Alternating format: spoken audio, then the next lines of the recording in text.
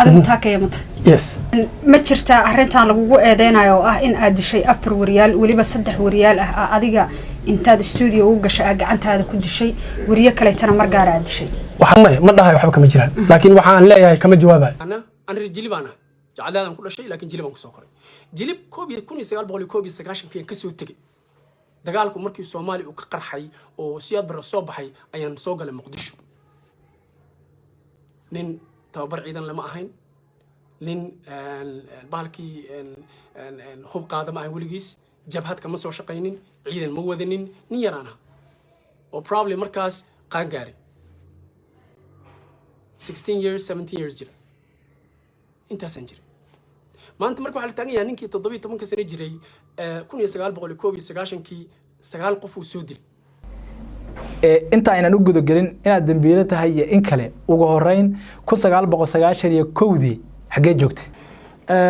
aniga waxa xaqiiqa magaca taake la yiraahdo oo lagu yiri waa bedelay waa naynaas waa magacayga ma bedelin naynaas tu hada nin weyn oo odayo naynaastii ay daba socotana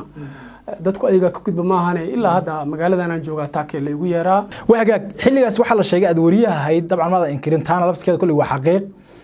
arinta aan rabnaa wax badan ka ogaano waa arintan la sheegayo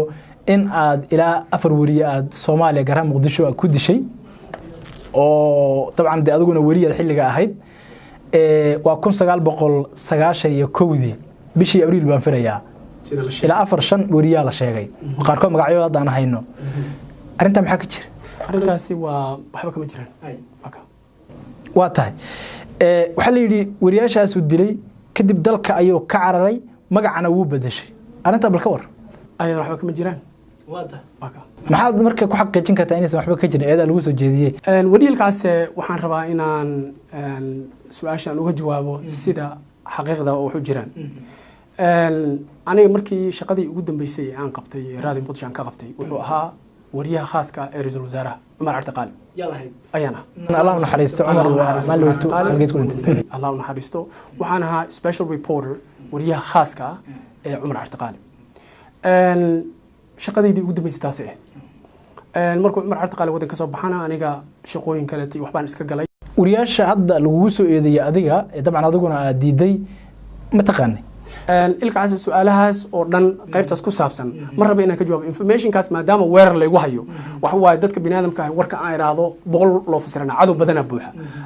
dadkii programkan ka dambeeyana waa na daawan doonaan hadii ay yiraahdo marka wixii ka baxsan waxa hadda banaanka yaala mar raba inaan galo laakiin mar laba maadan oranin anigu waxaan bari ka ahay shanta shakhsi oo la sheegay oo magacyadooda aan ku sheegay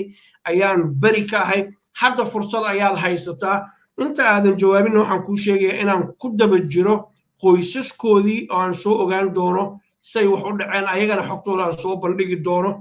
kuma lihi waxbaa dishay kuguma eedaynayo caddayn uma hayo meel aad wax ku dishay ma ogi wixii la yiri un baan ku sheegayaa bulshada ayaa doonaysa inay ogaato soo dhawo wariye fataax waxaad moodaa inaad too obsessed ku tahay barnaamijkan waxa weeyaan anigu nin mutacallim aan ahay waa fahmi karaa angalka ay ka soo galeysay waxaad iga codsatay inaan waraysi ka siiyo arrinta calanka